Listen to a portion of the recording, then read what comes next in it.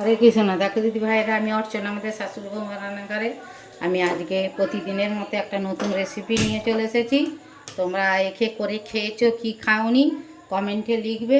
তবে আমি যে রেসিপিটা করব প্রথম থেকে শেষ পর্যন্ত তোমরা দেখবে, দেখে এইভাবে করে খাবে, সকলের সঙ্গে শেয়ার করবে, দেখবে মাছ মাংসকে হার মানিয়ে দিবে। আমি করব আর সুন্দরী আলু চটপটা, সুন্দরী আলু চটপটা করব। তোমাদেরকে ভিডিওটা প্রথম থেকে শেষ পর্যন্ত দেখাবো। দেখো, আমি জিরে নিয়েছি, দুটো ধনে নিয়ে নেবো এর সঙ্গে, আর দুটো শুকনো লঙ্কা চারটে দেবো, দিয়ে এটা ভালো করে ভেজে নিয়ে তোমাদেরকে দেখাবো। আমার এই রেসিপিটা প্রথম থেকে শেষ পর্যন্ত দেখার অনুরোধ রইল। নিরামিষ আমিষ সব করে খাওয়া যাবে। এই রকম সুন্দরী চটপটা আলু হলে পারে এখে দিয়ে ভাত, রুটি, পরোটা, লুচি সব খাওয়া হয়ে যাবে। আমাদের রেসিপিটা দেখতে দেখতে তোমরা লাইক করবে, কমেন্ট করবে, আর নতুন বন্ধু হলে আমাদের চ্যানেলটা সাবস্ক্রাইব করে নেবে। তাহলে নিত্য নতুন রান্নার রেসিপি ভলগ সব দেখতে পাবে। আমি এটা ভালো করে ভেজে নিয়ে হামাল দৃষ্টিতে আমি ভাঙা করে নেবো, নিয়ে তোমাদেরকে দেখাবো। দেখো দিদি ভাইরা, আমি হামাল দৃষ্টিতে ঢেলে নিয়েছি, নিয়ে এটা ভাঙা করে নেবো, নিয়ে তোমাদেরকে দেখাবো। কড়াটায় আমি তেল দিয়ে দেবো। দেখো, আলুর চটপটাটা করার জন্যে আলুটা আমি দুটো সিটি মেরে নিয়েছি ছাড়িয়ে।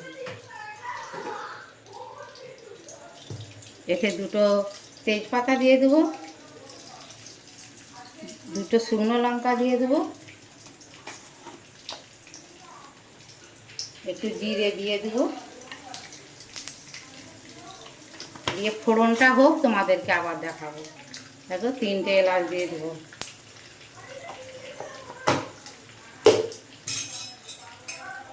দেখো, ফোড়নটা আমার হয়ে গেছে। এবারে দেখো আমি কিভাবে পেঁয়াজটা কেটেছি।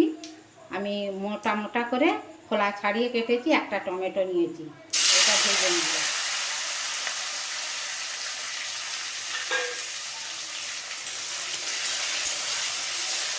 এটা ভেজে তোমাদেরকে আবার দেখাবো।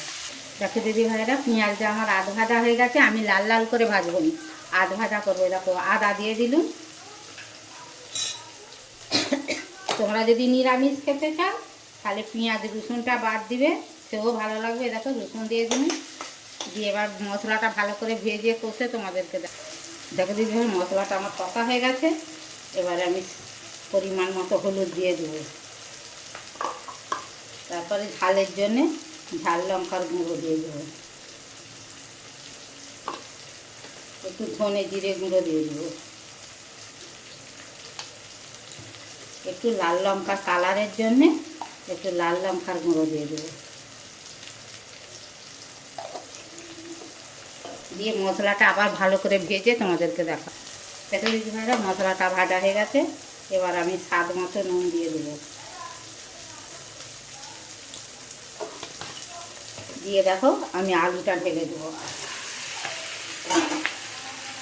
দিয়ে ভালো করে এপিট ওপিট করে কষে নেব। দেখো, আলুর চটপটাটা আমার কষা হয়ে গেছে। এবার অল্প করে স্লাইড জল দেবো, শুধু নুন মশলাটা ঠিক করার জন্য, দিয়ে চাপা দিয়ে দেবো। দেখো দিদি ভাইরা, সুন্দরী আলু চটপটাটা আমার হয়ে গেছে। এবারে দেখো, দুটো এলাচ আমি দানা বার করে দিয়েছি, আর কাঁচা লঙ্কা খাদি করে দিয়েছি দেখতে সুন্দর হওয়ার জন্যে। এগুলো দিয়েছি, দুটো শুকনো লঙ্কা গোটা দিয়ে দিয়েছি। দেখো, দিয়ে আমি ভালো করে নেড়ে এটা নামিয়ে নেবো। আমার হয়ে গেছে।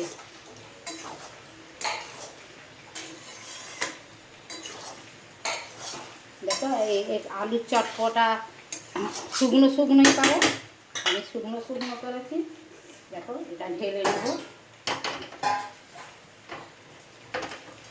যেইটা আমি আমার দৃষ্টিতে আধ থেঁতো করে নিয়েছি ওইটা দিয়ে দেবো, ছড়িয়ে দেবো। পুরো গুঁড়ি ফেললে খেতে ভালো লাগবে না, তখন বোঝাই যাবে না। এ হয়ে গেলে ওপর থেকে দিলে পারে মুখে যত পড়বে ধনে গুঁড়ো, জিরে গুঁড়ো, লঙ্কা গুঁড়ো, তত খেতে ভালো লাগবে। তো আমি বলে ফেলছি, আমাদের এখানে প্রচুর বৃষ্টি হচ্ছে, প্রচুর। তোমাদের ওখানে কাদের বৃষ্টি হচ্ছে, কাদের হয়নি কমেন্টে লিখবে। আমাদের ওখানে এত বৃষ্টি হচ্ছে, এত কারেন্ট যাচ্ছে।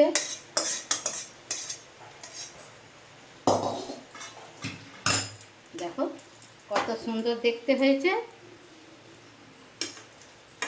এর নাম দিয়েছি আমি আলু সুন্দরী আলুর চটপটা। দেখো একে দিয়েই ভাত, রুটি, মুড়ি, লুচি, পরোটা সব খাওয়া হয়ে যাবে। এরকম যদি রেসিপি একটা থাকে, মনের মতো রেসিপি হয়েছে, একবার খেলে বারে বারেও খেতে ইচ্ছা করবে। যদি ভালো লাগে এইভাবে করে খাবে, সকলের সঙ্গে শেয়ার করবে, একটা লাইক দিবে, কমেন্টে লিখবে সুন্দরী আলু চটপটাটা আমার কেমন হয়েছে। তোমরা কমেন্ট করলে আমার পড়তে ভালো লাগে, তবে আমি বুঝতে পারবো আমার রেসিপিটা কেমন হয়েছে না হয়েছে। তোমরা যে যেথা আছো ভালো থাকো, সুস্থ থাকো। হরে কৃষ্ণ, রাধে রাধে।